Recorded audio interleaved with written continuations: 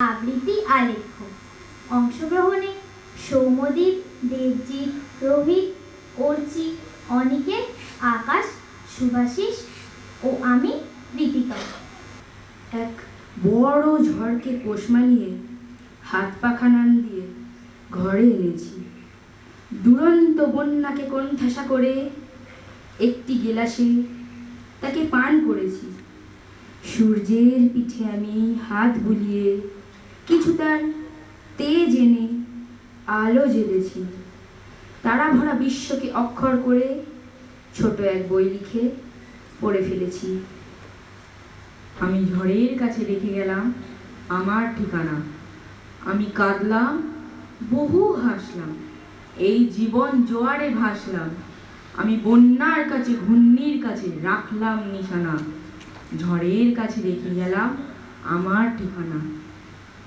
কখন জানি না সে, তুমি আমার জীবনে এসে যেন সঘন শ্রাবণে লাবণে দুকুলে ভেসে, শুধু হেসে ভালোবেসে যত যতনে সাজানো স্বপ্ন হলো সকলই নিমেষে ভগ্ন।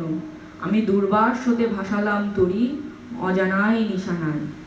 ঝড়ের কাছে রেখে গেলাম আমার ঠিকানা। ওগো ঝরা পাতা, যদি আবার কখনো ডাকো, সেই শ্যামল হারানো স্বপ্ন মনেতে রাখো।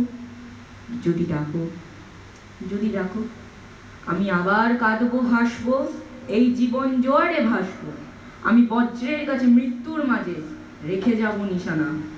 ঝড়ের কাছে রেখে গেলাম আমার ঠিকানা।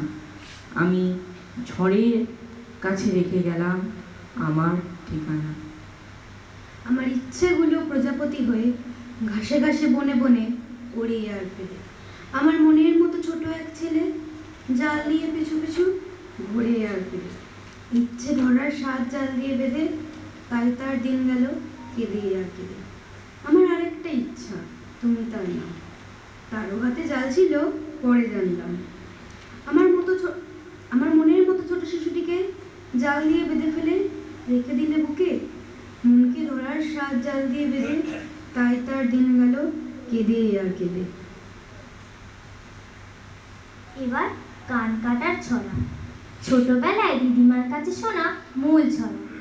একা নড়ে কানে করে, তেঁতুল পারে ছড়ে ছড়ে, এক হাতে তার নুনের ভার, আরেক হাতে ছুরি, কান কেটে নুন ঘষে বেড়ায় বাড়ি বাড়ি। বড় হওয়ার পর ভেবেছি, এত কান যে একা নড়ে কাটলো, সেগুলো গেল কোথায়?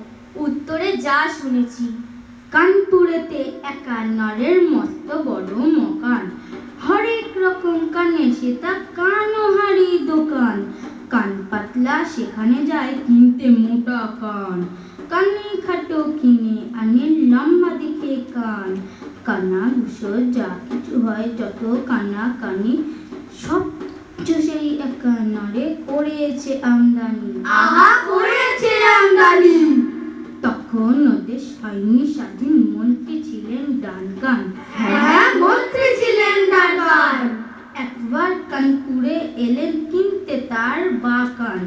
একা নরে বললে, দেখুন সময় দিতে হবে, মন্ত্রীর কান আনতে গেলে দিল্লি যেতে হবে। এই না বলে একা নরে দিল্লি দিল হাঁটা। আরে দিল্লি দিল হাঁটা। 6 দিন পরে ফিরে এলো চক্ষু ভাটা ভাটা। বললে কেঁদে, দিন ফিরিয়ে অ্যাডভান্স টাকাটা। দিল্লি গিয়ে দেখি ওদের সবার দোকান কাটা। সে কি সবার দোকান কাটা? সলিল চৌধুরী বেঁচে থাকলে কবিতাটা আরো একটু বড় হতো। তার চেষ্টা করেছেন অরিন্দম দাস। শুনুন, মনে হয় ভালো লাগবে। করুণ স্বরে ডানকান বলেন, নেই কি কোনো উপায়, কোথাও কি ঝামেলা পাওয়া আরো বেশি টাকায়? একা নরে বলল এসে, বলছি শুনুন সাহেব, যেখানে যায় সেখানে দেখি সবার দোকান গায়ে। সে কি সবার দোকান গায়ে? ফর্সা একটা ছিল বটে কলকাতা নগরী, মোদের কলকাতা নগরী। সেখানে যা পাচ্ছি খবর, সমস্যা বেশ ভারী। কান কাটাদের এখন সেটাই বেজায় রমরমা। উপায় যে আর নেই গো সাহেব, করুন আমায় মামা, অবস্থা যা দেখছি এবার যাবে নিজের কান। আজ থেকে বন্ধ আমার কানোহারি দোকান।